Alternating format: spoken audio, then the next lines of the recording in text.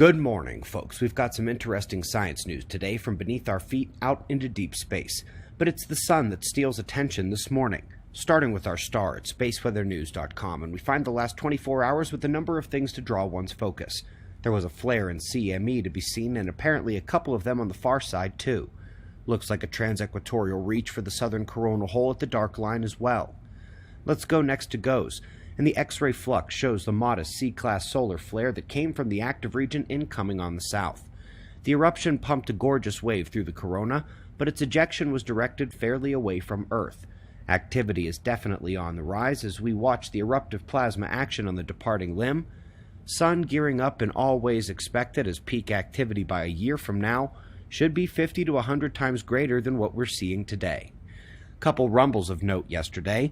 Large blot echo in Chile at the low velocity zone, and one well above average in the Norwegian Sea. It is worth noting that we have planetary and solar forcing relevant to seismicity as the week progresses, could see magnitudes ramping up higher here soon.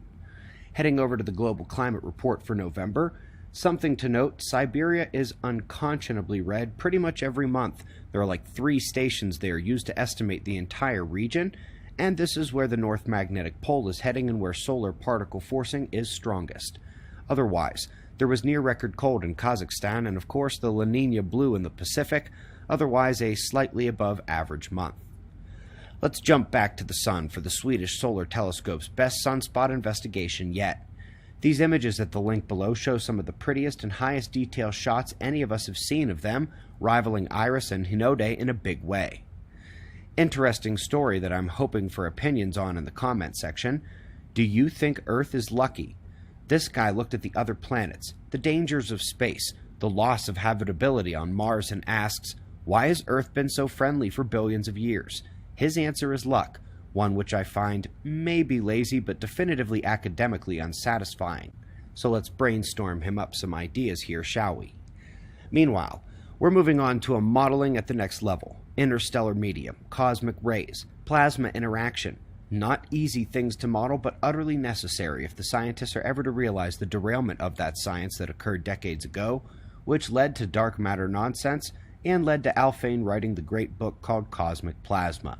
Speaking of which, heading back to the beginning, at least in the mainstream Big Bang paradigm, we come to what they call cosmic dawn.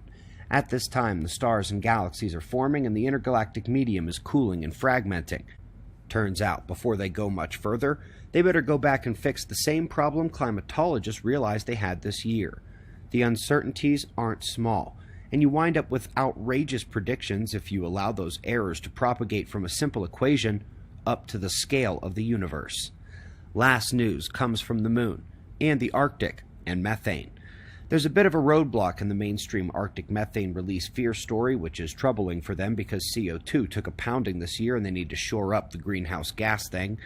But the short version of this is, the higher the sea level rises, the less methane will be released.